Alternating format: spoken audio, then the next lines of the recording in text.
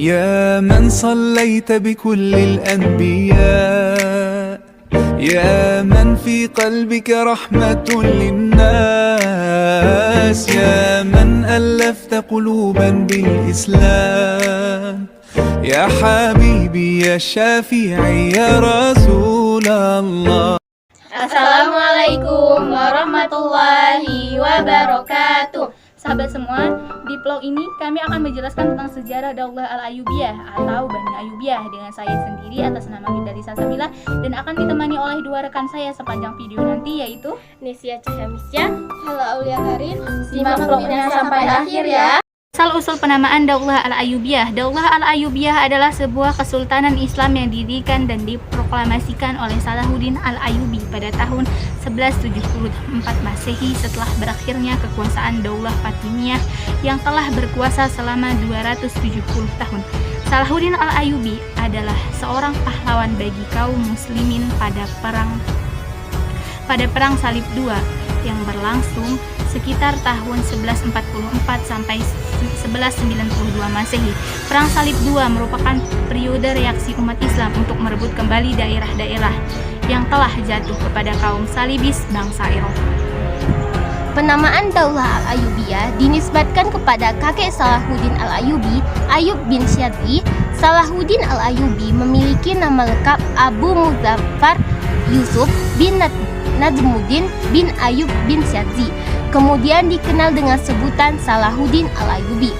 Penamaan Ayyubiyah selain merupakan simbol peralihan kekuasaan, juga untuk menguatkan penyebaran ajaran Islam aliran Sunni sebagai pengganti aliran Syiah yang ketika di masa Daulah Fatimiyah menjadi aliran keagamaan resmi.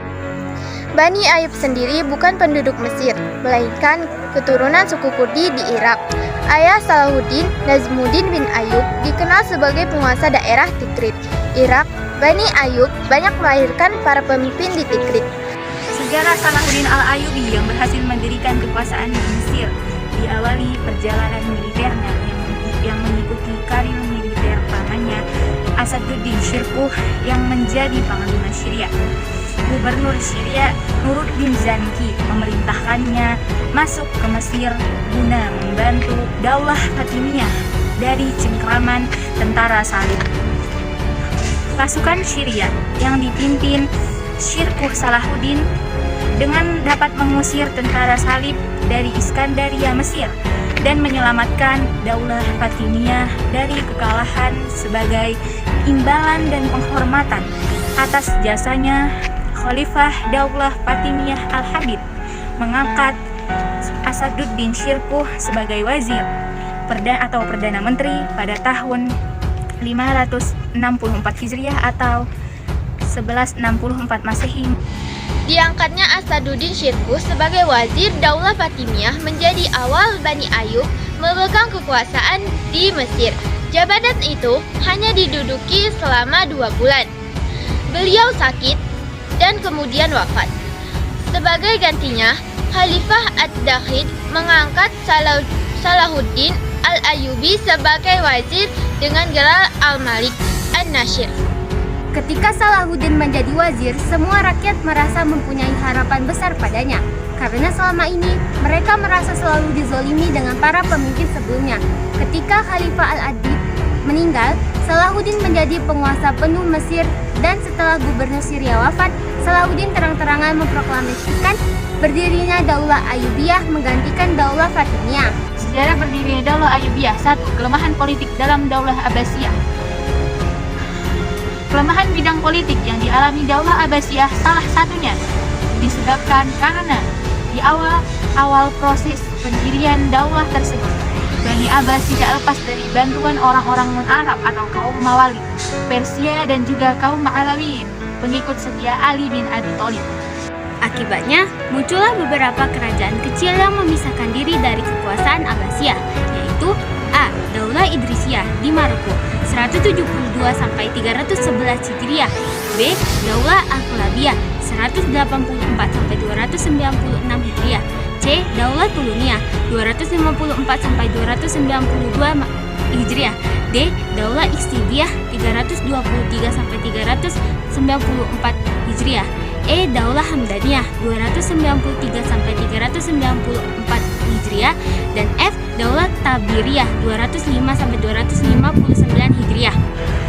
Sejak masa pemerintahan Khalifah Al-Mu'ti, keadaan politik Daulah Abbasiyah semakin melemah dengan munculnya daulah-daulah baru, yaitu A. Daulah Fatimiyah. Nama daulah ini dinisbatkan kepada Fatimah Az-Zahra, putri Rasulullah SAW. Daulah ini didirikan oleh pengikut aliran Syiah yang mendapatkan tekanan dan penindasan dari pemerintah Abbasiyah. Tokoh dari daulah ini adalah Abu Abdillah Asy-Syi'i yang giat menyebarkan ajaran Syiah.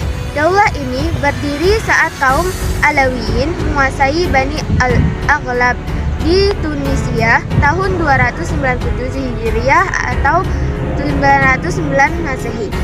Pada tahun 358 Hijriah atau 969 Masehi, Panglima Fatimiyah Jauhar Asy-Syadzili dapat merebut Mesir dari kekuasaan Isyidiyah. Maka dibangunlah sebuah kota yang megah bernama Al-Qahirah, Kairo. Sejak itu, Daulah Fatimiyah memindahkan pusat kekuasaan dari Tunisia ke Kairo, Mesir. B. Daulah Buaihi. Daulah ini merupakan sebuah kerajaan Islam yang ada di Persia, didirikan oleh Abu Syuja Buaihi dan putranya. Pada awalnya, daulah ini hanya berkuasa di Persia, namun selanjutnya dapat menguasai Irak dan kota Baghdad tanpa perlawanan penguasa Abbasiyah. C. Daulah Saljuk. Daulah ini terdiri atas orang-orang Turki. Pemimpin daulah ini disebut Sultan. Keberadaan daulah ini pada awalnya mengusir kekuatan Bani Buaihi dari Baghdad.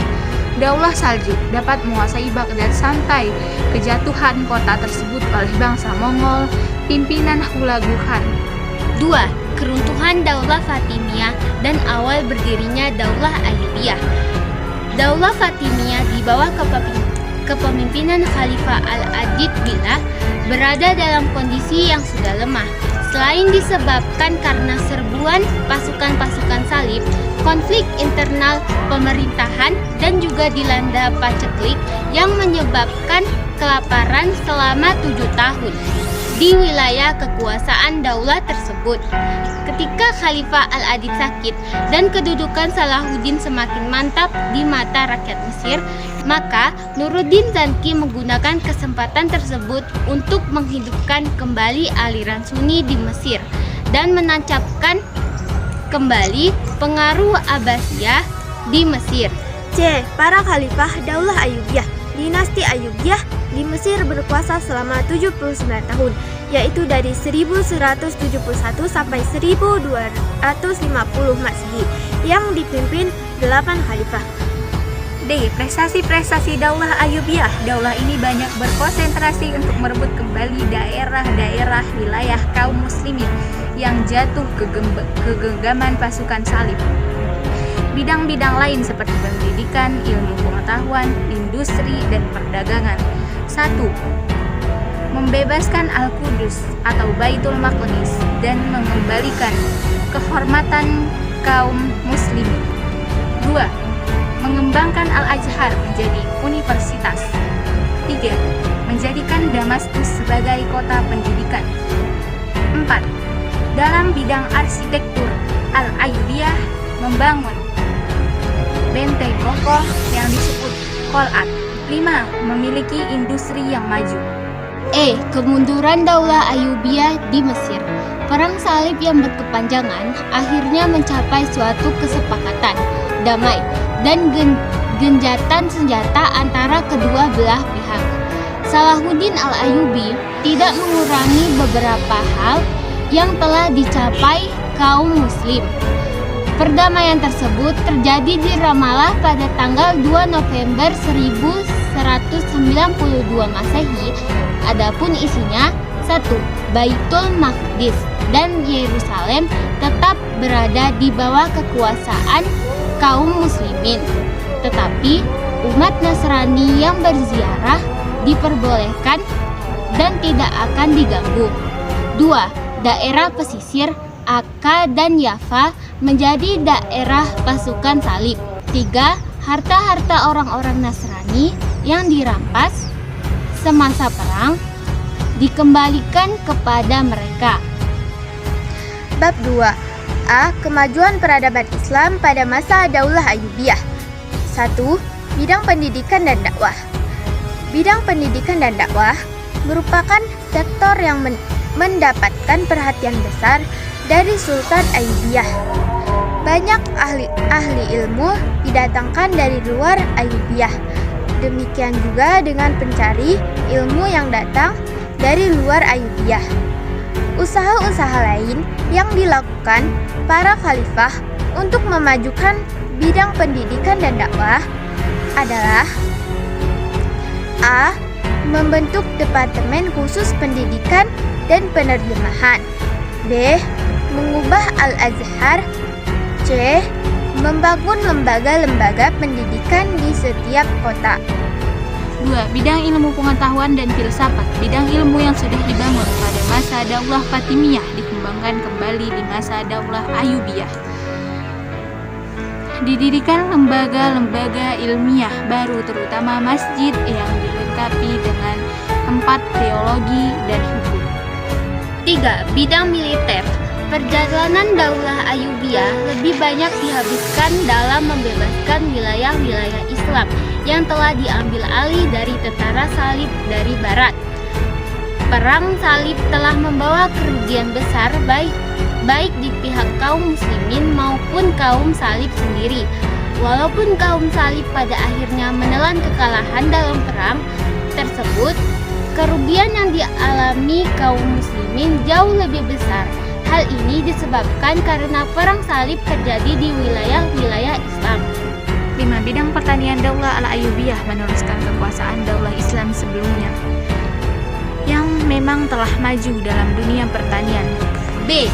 Peran Al-Azhar sebagai pusat pengembangan ilmu-ilmu keislaman.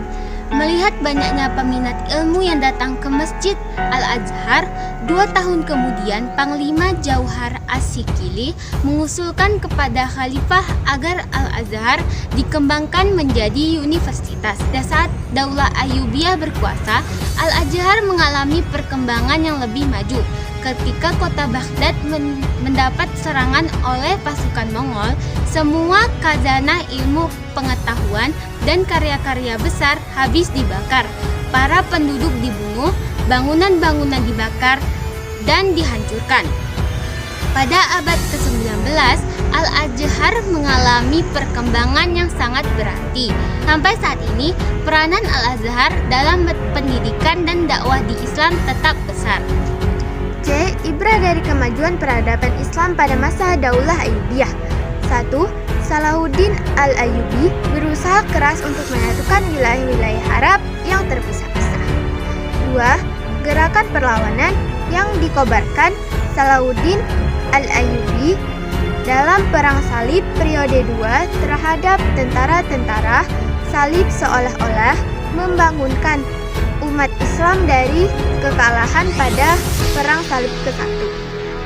3. Al-Azhar yang didirikan zaman Fatimiyah dan dikembangkan pada masa Al-Ayyubiyah merupakan bukti nyata kesungguhan para pendahulu dalam memajukan peradaban umat Islam melalui jalur ilmu pengetahuan.